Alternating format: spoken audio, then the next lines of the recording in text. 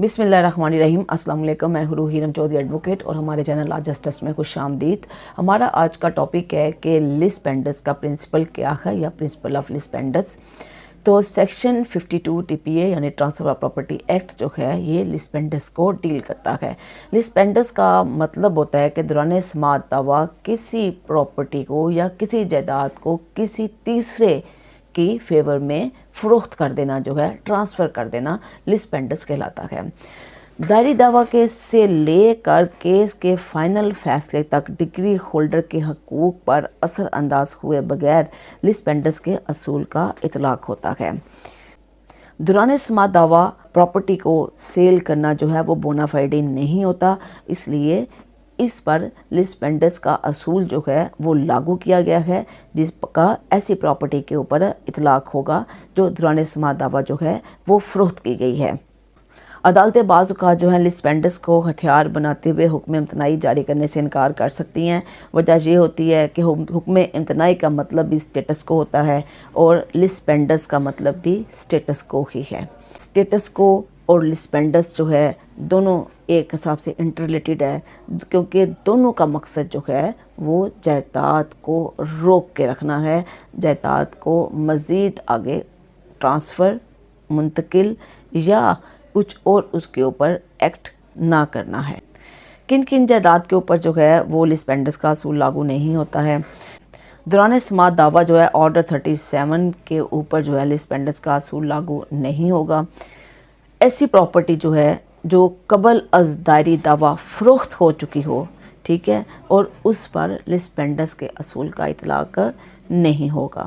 اس کے علاوہ جو ہے سیکشن 9 جو ہے اسپیسیفک ریلیف ایکٹ کا، اس کے زیر سماعت کوئی پراپرٹی ہے تو اس پر لس پینڈس کا اطلاق نہیں ہوتا، کیونکہ سیکشن 9 جو ہے اسپیسیفک ریلیف ایکٹ کا کسی کے حقوق اور ٹائٹل کا تعین نہیں کرتا ہے۔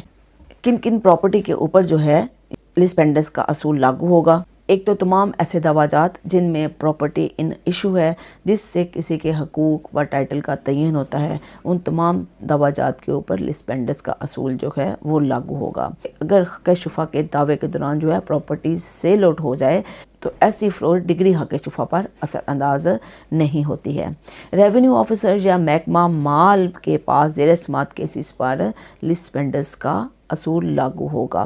معاہدہ بیع کے فریقین کے علاوہ ان کے وارثان پر بھی لس پینڈس کا اصول لاگو ہوگا۔ یعنی کہ یہ تمام جو ہیں یہ ایسے کیسز ہیں جن پر لس پینڈس کا اصول لاگو ہوتا ہے۔ یہاں تک کہ اپیل کی مدت میعاد ختم ہونے سے قبل جائیداد فروخت ہونے پر بھی لس پینڈس کا اصول لاگو ہوگا۔ جس طرح میں نے آپ کو پہلے بتایا کہ لس پینڈس اور اسٹیٹس کو کا مقصد ایک ہی ہے، بالکل اسی طرح لس پینڈس اور ریس جوڈیکیٹا کا مقصد اور نوعیت ایک ہی ہے، کیونکہ دونوں کا مقصد جو ہے وہ مزید لیٹیگیشن کو روکنا اور کسی فیصلے کو حتمی شکل دینا ہے۔ دوران سماعت دعویٰ اگر کوئی فریق جو ہے وہ لس پینڈس کے اصول کے تحت عدالت میں درخواست دیتا ہے فریق مقدمہ بننے کے لیے، تو عدالت ایسی درخواست کو انکار نہیں کر سکتی ہے۔ لس پینڈس کا اصول کا مقصد جو ہے اصل میں پارٹیز کے حقوق اور انٹرسٹ کا تحفظ کرنا ہے، اور اس کو رائج بھی اس لیے کیا گیا ہے تاکہ اگر کوئی پارٹی فرض کریں آتی ہے عدالت میں اپنے حقوق حاصل کرنے کے لیے اور عدالت میں کیس کر دیتی ہے، اور دوسری پارٹی جو ہے جس کے اگینسٹ وہ کیس کر رہی ہے اپنا رائٹ حاصل کرنے کے لیے، اپنا انٹرسٹ حاصل کرنے کے لیے، تو وہ پارٹی جو ہے اس پراپرٹی کو ہی سیل کر دیتی ہے۔ تو ایسی صورت میں جو عدالت میں پارٹی آ رہی ہے وہ کس طرح اپنے حقوق کا تحفظ کر سکے گی، اسی لیے جو ہے یہ لس پینڈس کا اصول جو ہے وہ انٹروڈیوس کروایا گیا ہے۔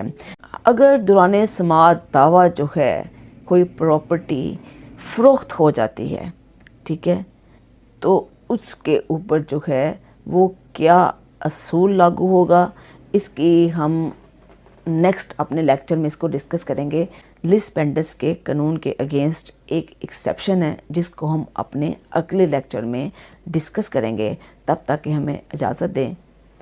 آپ کا بہت شکریہ، تھینک یو، السلام علیکم۔ ہماری ویڈیو لائک کریں، سبسکرائب کریں اور شیئر کر دیں۔